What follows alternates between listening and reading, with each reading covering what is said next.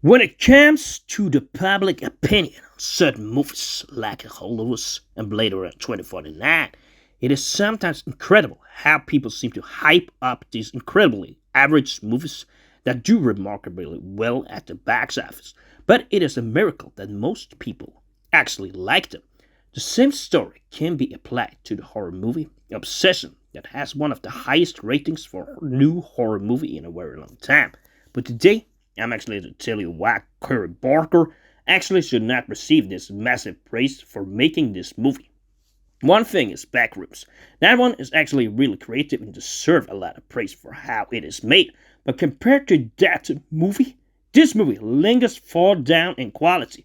First and foremost, the movie has bad characters. These non-inspiring Gen Z characters that seem to be in every movie nowadays and just ruin the entertainment in the movies because the dialogue between them is so hollow and the characters are written to be hopeless. For example, the main character seems to be a very insecure young man, which is not inspiring for young men nowadays. Of course, there can be characters like that, but the point is, anyways, that all the friend groups now in the movies seem artificial and they do not seem like they could be friends in the real world, and that is a huge context problem. Of course, in horror movies, the characters are often not that important, but the villain, if there is one, or the chosen main character, should be written in a good way. And such a good written character does not exist in this movie. And that is also another reason why it is actually a below average type of movie. If we talk about the main actress here, Indy Navarette, she does not do this stand-up performance that people keep claiming that she does, and her performance is far from the performance done by lead actresses in other horror movies, like Isabelle Adjani in Possession, which is a way better version of this movie, like Lily Depp Rose in Nosferatu, or from Lauren Lavera in Terrified 2. She does a decent performance as that character, but it is not anything that should send her into the big leagues, although it is probably better than what she did in Trap House alongside Dave Bautista.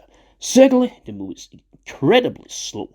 What we are watching for almost the first whole hour is very boring, and it only just kicks on after that whiz comes through that the lead male character buys in a stupid gift shop, and it has all these strange warnings on the backs, but he breaks the straws and makes a wish.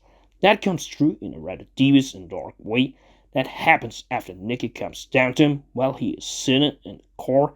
It also feels a lot like a romance movie, at least for longer parts in the movie, because just like in Together, which in its time also had its very high rating after it was released, for a lot of the movie, the couple just lies together in a bed or together inside the house.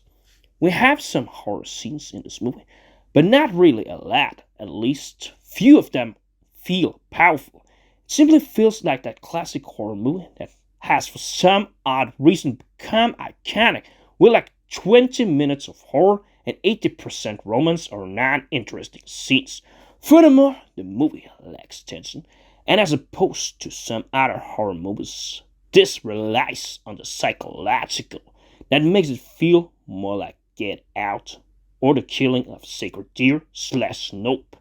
This makes the movie rely on that mood more than actually making dramatic scenes. But we have some of those horror scenes when Nikki screams as the guy tries to leave only to the bathroom, or when she moves the chair to be the woman on the left in the game, or when she storms towards the car to kill Sarah. Another comment that can be used to describe this as an average movie with a red flag because of a high rating for a horror movie will be that the movie fails to explain a lot of important stuff.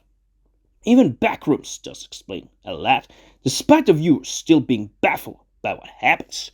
This movie has a lot of plot holes because it is never explained how these wishes really work. They just come true and you have to deal with the consequences, where only killing yourself breaks the curse. But what creates the curse? Who are the people behind it? Is it even real? Is she even the real Nikki? There are so many plot holes that are never cleared out of the picture, which makes watching the movie much less rewarding than watching Backrooms when you watch it all the way through. because there we see healthy speculation.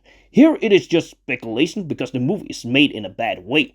Well, that was all I had to say about Obsession, and if you share these thoughts, you could also tell me why you think the movie is overrated.